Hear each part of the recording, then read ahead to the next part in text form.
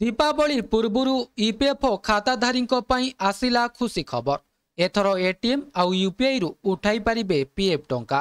तेबे कौन रही संपूर्ण अपडेट आसतु जानिबा। ता पूर्वरु वीडियोटी को लाइक और शेयर करी चैनलटी को सब्सक्राइब करिबा पई अनुरोध। दीपावली पूर्वरु ईपीएफओ खाताधारकों पई बड़ खबर आसुछि। कर्मचारी माने एथर एटीएम एवं यूपीआई रु टंका उठाई पारिबे। केंद्र सरकार दीपावली पूर्वरु एटीएम रु पीएफ टंका उठाइबाकू प्रोविडेंट फंड अकाउंटधारी को अनुमति दे पारंती। 10 और 11 अक्टोबर रे श्रम एवं निजुक्ति मंत्री मनसुख मांडविया अध्यक्षतार एक बड़ बैठक अनुष्ठित हेबो, जेउथिरे एही प्रस्ताव उपरे आलोचना हेबो।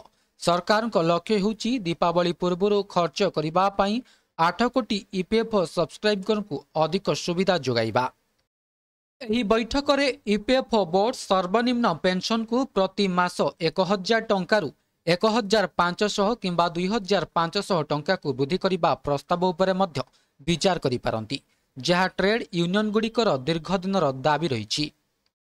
ईपीएफओ खूब शीघ्र एहार नूतन डिजिटल सेवा यूपीएफओ 3.0 आरंभ करिबा को जाउछि। यह केवल टंका उठाणा को सरल करिबो नाही, बरम सूचना अपडेट करिबा, क्लेम करिबा भली प्रक्रिया को मध्य त्वरान्वित करिबो। कर्मचारी माने यूएन सक्रिय करी एवं आधार को अकाउंट सहित लिंक करी एटीएम रु टंका उठाई पारिबे।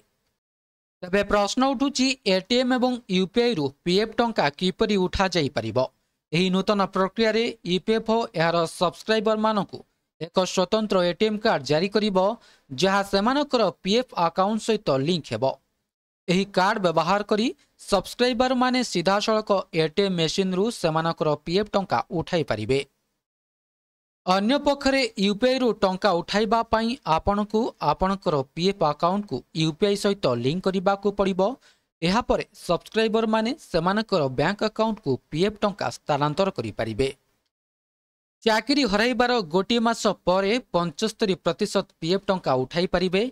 पीएफ उठाण नियम अनुଯାयी जदि कौनसी सदस्य चाकरी हराई थांती तेबे से एक मास परे पीएफ अकाउंट रो 75% टंका उठाई पारिबे।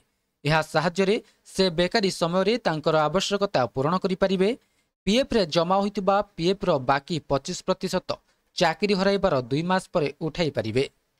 तेबे आसंतु जानिबा पीएफ उठाण उपरे आयकर नियम कौन रहिछि।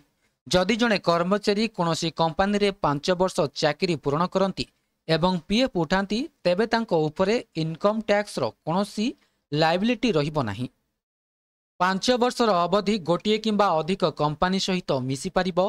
गोटिए कंपानी रे 5 वर्ष पूर्ण करिबा आवश्यक नुही। मोट अवधि अति कम रे 5 वर्ष हेबा आवश्यक अटे। तेबे हाथिला संपूर्ण अपडेट। वीडियोटी भल लगी भिडियोटी को लाइक करंतु, शेयर करंतु एवं चैनल टी को सब्सक्राइब करने को भूलंतु नहीं।